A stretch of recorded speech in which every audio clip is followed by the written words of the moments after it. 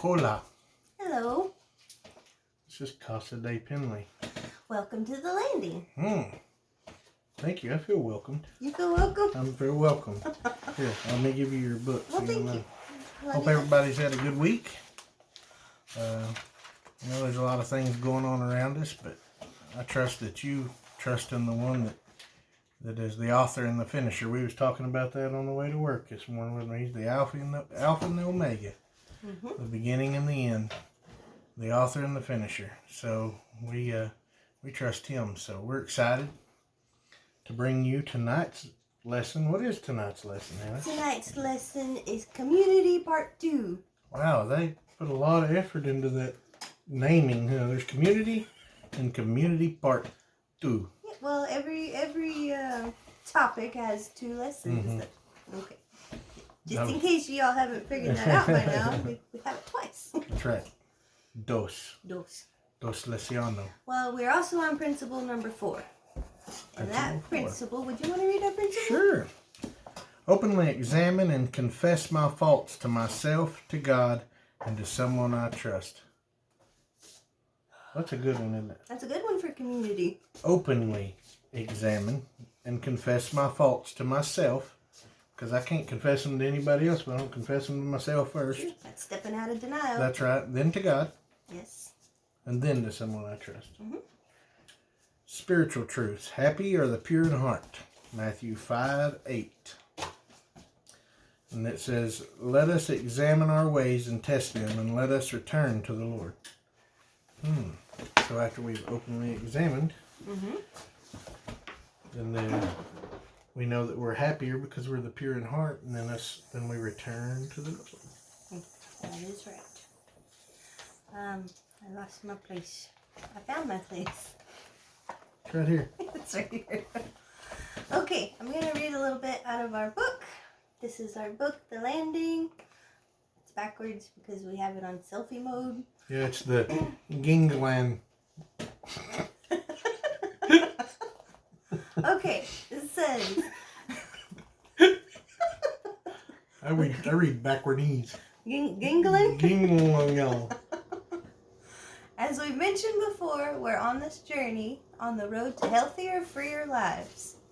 The reason we call this gathering The Landing is that this journey is like coming home to a place where you are loved and where you can be who God created you to be.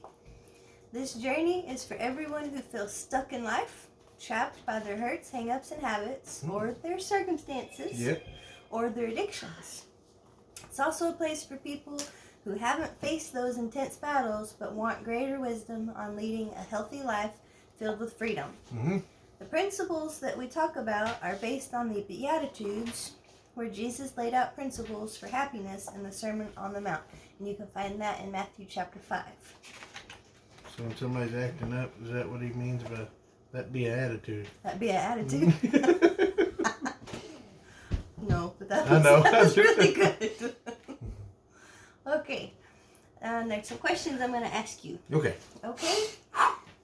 In real life, how do you really know that you belong? Being accepted. Being accepted that, say some people talk a lot. Some people don't talk at all. Some people are, grumpy. Some people, you know what I'm saying? Everybody's got something about them that makes them unique and who they really are. And people that accept you are the ones that don't try to change you. They just love you for who they are. So being accepted and being loved, you can feel that, It's true. You really can. Okay, how do you know when you don't belong? When you feel none of those things. So we know that in the Word, and in life in general, when we say one thing is this, we know the direct opposite is true whenever it's contrary, right? Right. So, just not feeling those things, not feeling accepted and loved and wanted and valued. I mean, you know. Okay, what makes a person feel like they belong to a family? The first, to me, is love. Unconditional love, loving you even with your hurts, your habits, your hang-ups, loving you with your character flaws, loving you no matter what, no matter if you're, some people, have generations of athletes. And then you got that one kid in there, it's like, I'm not an athlete. I don't know. They probably don't care nothing about me, and that's not true. Be in love for who you are. Yep. That's good. Okay. Now, in the Bible, it talks about how when we become believers, that God actually adopts us. We become adopted by Him into His kingdom, into the fold, into His family. And the question is, what does it mean to be adopted by God?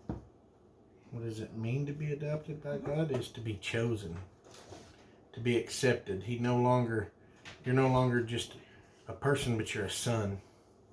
And we all become sons and daughters of God, and we're joint heirs with Christ, the Word tells us. So He is our Father, and we become sons and daughters, and we are loved with a love that we can't even, I don't think, understand. You know what I mean? We get loved with that Corinthians type of love. It holds no records of wrongs. He's always proud of His. You know what I mean? But He's there. And we get adopted into that, and that's who we are. Love and acceptance and chosen. That's good news. Okay, it says the true nature of our connection to God is that we are His adopted sons and daughters. That's not just a nice thought. According to the Bible, it's our reality. And as adopted sons and daughters, that makes us truly brothers and sisters of each other. And brothers and sisters, as we know, go to bat for you when no one else will. They love you when you're unlovable, and they get in your face when you're messing up. They walk with you through life's difficulties and challenges instead of standing on the sidelines. When we live in close community with brothers and sisters, they can spot our old, dysfunctional, self-defeating patterns beginning to surface and point them out to us quickly. Yep. They can confront us with truth and love about our hurts, hang-ups, and habits without loading us up with shame or guilt. Now, Ecclesiastes 7:5 tells us that it is better to be criticized by a wise man than to be praised by a fool. The trouble with most of us is that we would rather be ruined by praise than saved by criticism. This is true, and it's like too much of a good thing can spoil you. I like sugar. And in moderation, it's to be enjoyed, and it's awesome. Cookies. But you get too much, and it gives you diabetes, rots out your teeth, makes you gain weight. You can't wear your pants anymore. Right. So sometimes you got to go get the greens. You know what I mean? And being called out for what you do wrong. A lot of people. It's hard. It's so hard for not only to hear that, hey, you got a character flaw. You need to fix that. And when they say that, people that are brave enough to say that out of love. But it's difficult on both ends. It's difficult to be the one saying that because you love that person and you don't want to hurt their feelings. But if you care for them, you're going to go ahead and say it in spite of those hurt feelings.